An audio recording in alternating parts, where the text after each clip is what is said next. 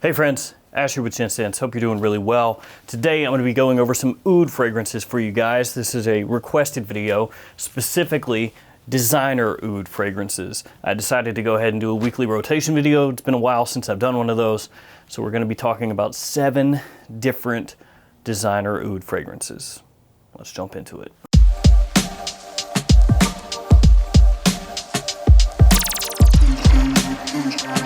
Depending on how long you've been into fragrances, you may not be aware of this, but not too terribly long ago, there was an oud rush of designer fragrances, if you want to call it that. Almost like a gold rush, but for oud. Basically, every single designer house out there started pumping out oud fragrances. It was left and right. They were just all coming out with them. Some of them were better than others. And today I'm going to be going over some of my favorite ones with you. Now, this isn't the end all be all of designer oud fragrances. There are lots of other ones out there that are really good, very solid fragrances, but these are the ones I want to highlight. And we're going to start off with probably my most worn designer oud fragrance, Versace Oud Noir. This one I bought at full retail when it came out. It was actually pretty hard to find initially, so this one took me a little bit to acquire. At first, I bought a whole bunch of little samples, ran through all of those, and then bought a full bottle. Nowadays, though, you can find it pretty easily. The bottle looks great. It's the Versace Pour Homme Versace Dylan Blue bottle, but with a really nice black gradient with the gold design as well. This one gets compared to Tom Ford Oud Wood. So you could almost think of this as a really affordable beginner's Tom Ford Oud Wood, if you wanted to. Now, they do have similarities, but they differ as they dry down. So do keep that in mind. This isn't a direct, clone or inspired by fragrance, I would say. They have similarities, but they pretty quickly differ, and then they're not all that similar once they do dry down. So you'll definitely pick up that Oud Wood vibe, but if you compare them side by side, you'll see what I'm talking about. It also has a similarity to Versace Man, which is now discontinued. It has oud, saffron, cardamom, and pepper as some of the notes in the fragrance. So you're gonna get this really nice, sweet, spicy vibe going along with the oud. And this one is just really easy to pull off. Great scent. Next up, Bottled Oud from Hugo Boss. This one is another one that I really love, fell in love with pretty much right away. This one takes that Boss Bottle DNA, so that sort of cinnamon apple, some people will say apple pie vibe, and mixes in an oud note. There's also saffron in there as a supporting note, which makes sense. Saffron and oud go hand in hand, basically like apple pie and ice cream do. On the packaging of Bottled Oud, it actually says this fragrance uses real natural oud in the scent. But we all know that oud is actually very expensive, so I would imagine that while there might be a little bit of natural oud in there, it's not all natural. That being said, Bottled Oud still smells great. I actually just recently got Bottled Oud Aromatic, and I'm still looking for Oud Saffron. Those were 2 flankers that came out after this one that have been pretty hard to find in the US. So Bottled Oud, fragrance number 2, fantastic for fall and winter. The third fragrance I want to go over, M7 Oud Absolu. This one actually made the top spot on my designer list for fall this year. Now, it's not a new fragrance, it's been out for a while. So the reason it made number 1 is I just wanted to go back and revisit it and bust it out again.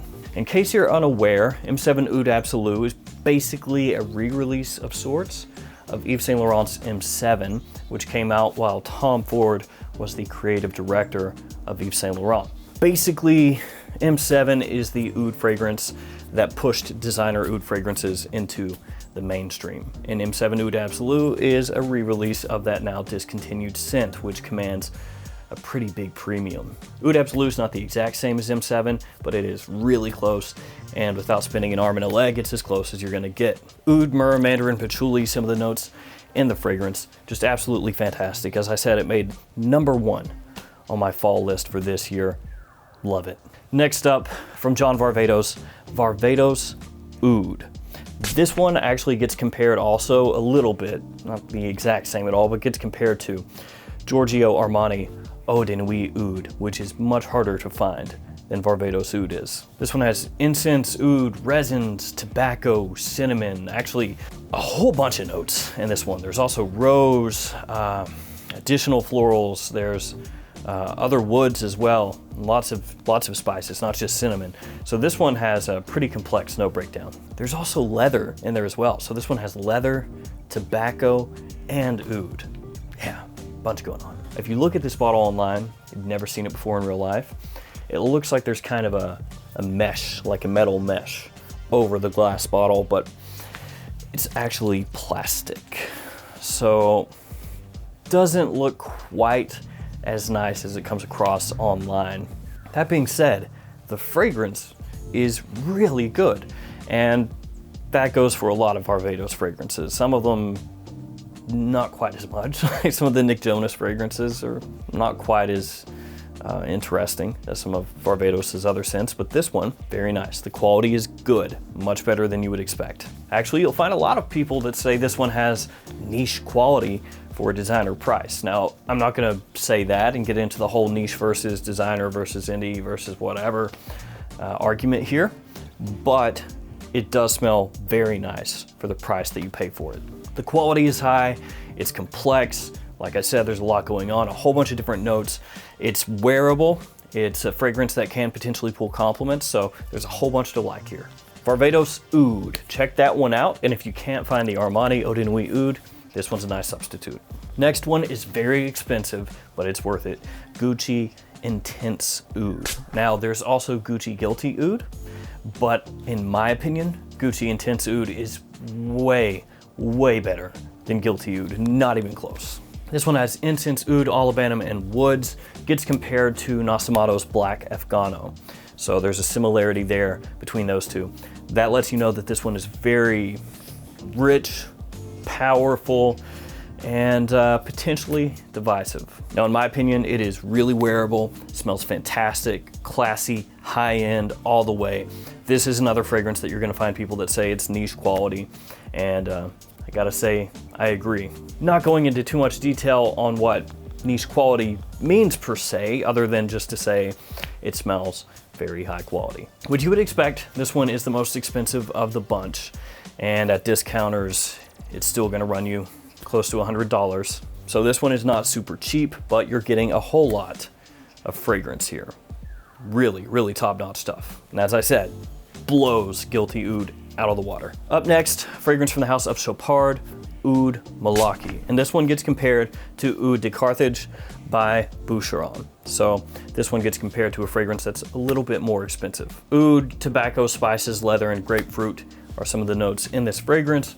Opens up with a little bit of sweetness. That grapefruit off the top gives you a touch, not a huge amount, but a little bit. As it dries down, it does get some dustiness in there and a lot of spicy woods. As well, it's a very warm oud fragrance, and it has a bit of smoke to it. So if you like fragrances that do have that little bit of smokiness in there, this one should scratch that itch. And like Varvatos Oud, we have another fragrance here that has that trifecta of very masculine notes, oud, leather, and tobacco, but this one actually, I think, is pretty unisex. I think that a lady can pull this one off as well, as long as she wears it confidently.